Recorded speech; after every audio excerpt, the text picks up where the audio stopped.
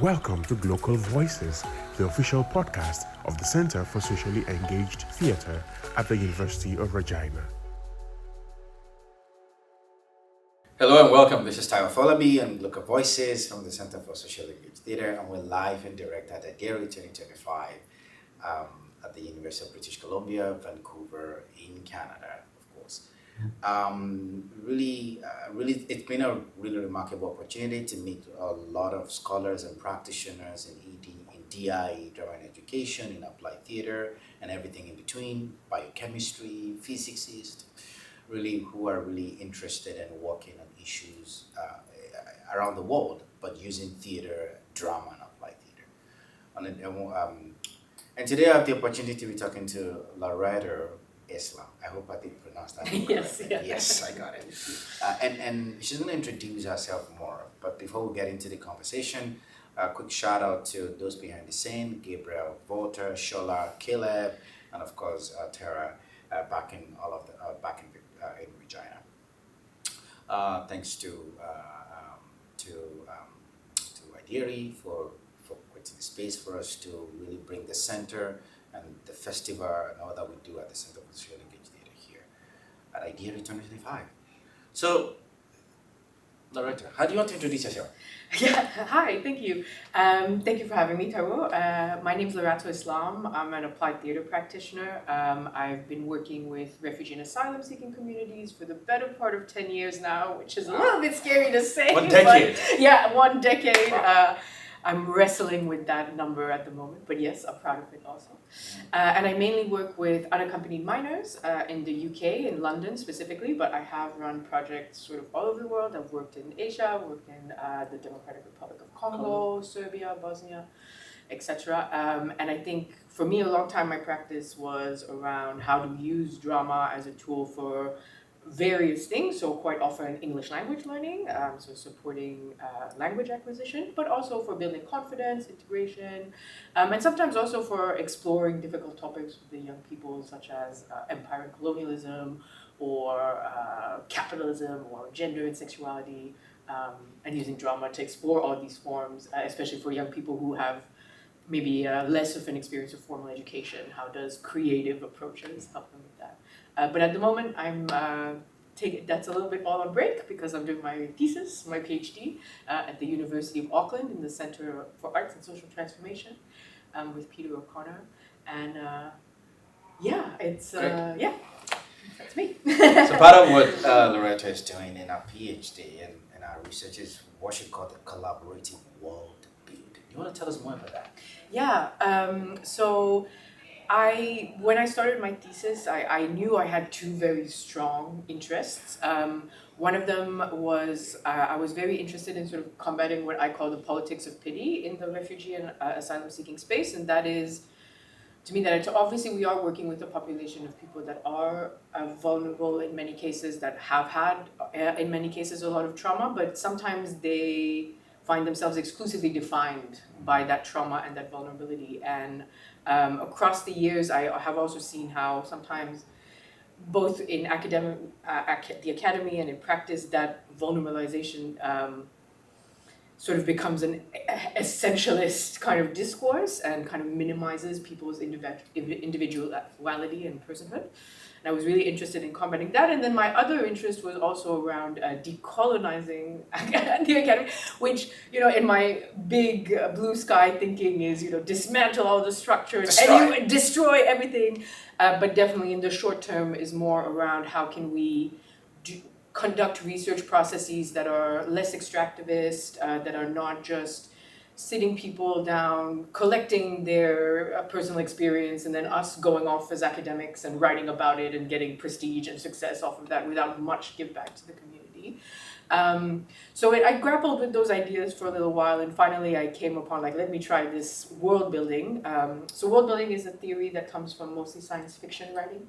And again, it's about creating worlds that are socially, culturally, politically coherent, but that are new. Speculative fiction. Yes, exactly, yeah. And so I worked with two organizations in the UK that wanted to embed the views of their young people a little bit more solidly in their strategic planning and their organizational structure, but were struggling a little bit to do that. because getting feedback from teenagers is difficult sometimes. Can be it can be challenging. And so instead, we ran over the course of 5 weeks drama-based workshops with a cohort of young people where they created worlds in which they were the managers or directors of their own organizations for refugee and asylum-seeking young people. And through that process, like they created the organizations, they created the participants that were attending, how those participants were being spoken to and about. They hired facilitators. They interviewed terrible facilitators also. They made daily schedules. They made funding bids. And through all that, I think, what I was trying to strive towards was really positioning the young people as experts of their own needs and seeing how we can get to that a little bit through world building. Yeah. So, I have many questions for you. Yes. I'll leave it to two. Okay. One is, you're still doing this research. Yeah. What are the highlights you want to share based on what you've done so far? Don't let everything out of the bag. Yeah. So have something to defend and get a PhD on. Yes. That's a joke. But what are the highlights you want to share? Yeah. That's my first question. The second question I wanted to go back to is a question of ethics. But let's start with this first and I'll come back to that. Yeah. Highlights. I think. Now, what are things maybe you've learned or you're learning or discovering? No, absolutely. Yeah, I think for me the highlights was the process as a whole. I think I was very, very lucky to get full retention across the project, and actually the cohort kept growing because people kept bringing their friends and doing all, which was really special because I kind of expected that it would go in the opposite direction.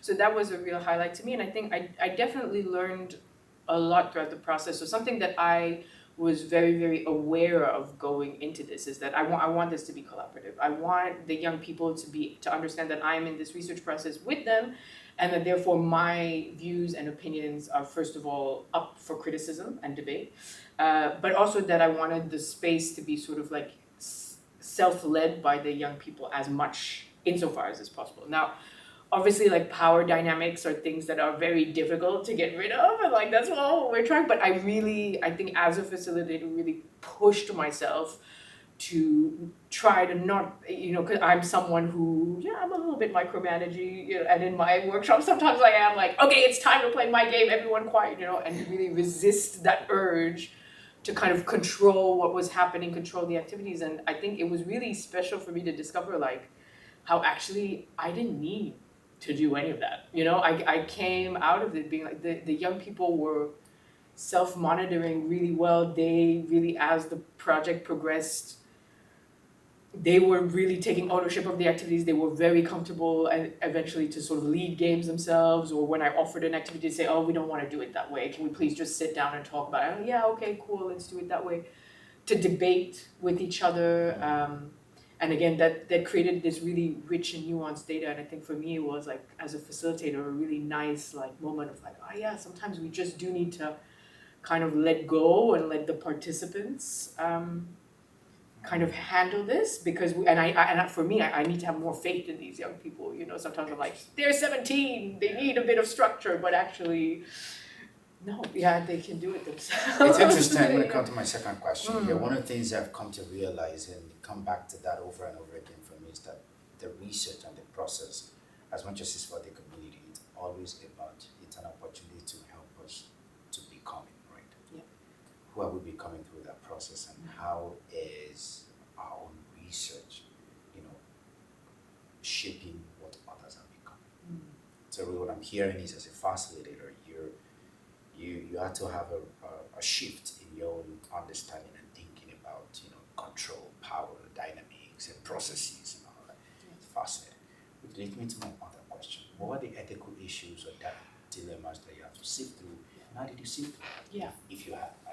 No, absolutely. There were plentiful of ethical dilemmas, but I will focus on a couple of the big ones for me. I think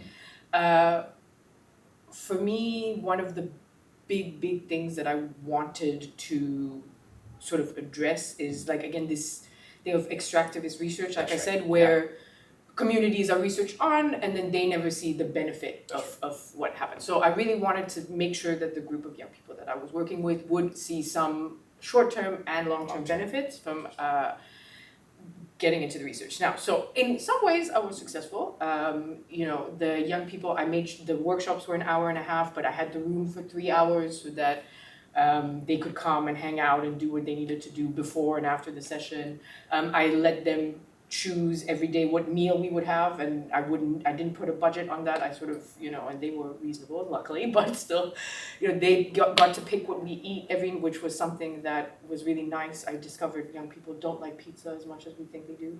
Interesting. Yeah. They're studying in what part of the world? In the UK, yeah. Which was interesting because we always buy them pizza, and the first thing they said was no pizza, please. We want shawarma, and I was like, great, that's what we'll do. And then in the long term, the organizations that I'm collaborating with have implemented the data that is coming back, or have started to put them in the organizational strategy for the next 3 years, and so we're moving towards that. However, that being said, so because the organization implementing that work takes a lot of time, I don't know if the young people are ever going to see that change. And also in terms of just the ethics of it's so easy for me to say and I'm doing decolonization and the system and this and that, but ultimately I am sat here, I'm going to be Dr. Islam, I'm going to be the one who has my PhD, I'm the one who's saying that I want to fight against academic structures, but then delivering this work in a very rigid format that is super prescriptive. I really had an ambition at the beginning. I was like, I want any of my participants to be able to pick up my PhD and read it and understand it. I don't know whether that's going to be the case, at the end of the day. I'm trying, but there's a lot of, there's so many factors. So that's the big, that's the big one for me, the sort of ideological, my theory and my practice sometimes don't really align or meld. And ethically, I think that's it's a big one for me. But I want to say though, yes, and yes, and yes. And these are things we all struggle with and we'll continue to struggle with it. But it's really remarkable that whatever you've done, that organization is taking it on from a policy standpoint. And that hopefully it's going to take time, but they're going to use that to transform that organization. I think you should hold them to that. That's a win. Yeah, no, and I really hope that, and I'm very proud of that. So yeah, thank you, Taiwo. Amazing. Well, we've been talking to Lerato Islam, who's going to be Dr. Islam very soon. Fingers crossed. Fingers crossed. Yeah. Really about her work with the refugee community, specifically asylum seekers, unaccompanied minors, and really thinking about collaborative world building. I do hope that all of these ideas are inspiring you in your work, and I'm looking forward to seeing you in our next episode. This is Taiwo signing out. You have been listening to Glocal Voices, the official podcast of the Center for Socially Engaged Theatre at the University of Regina. For more details about the center, visit www.cset.ca.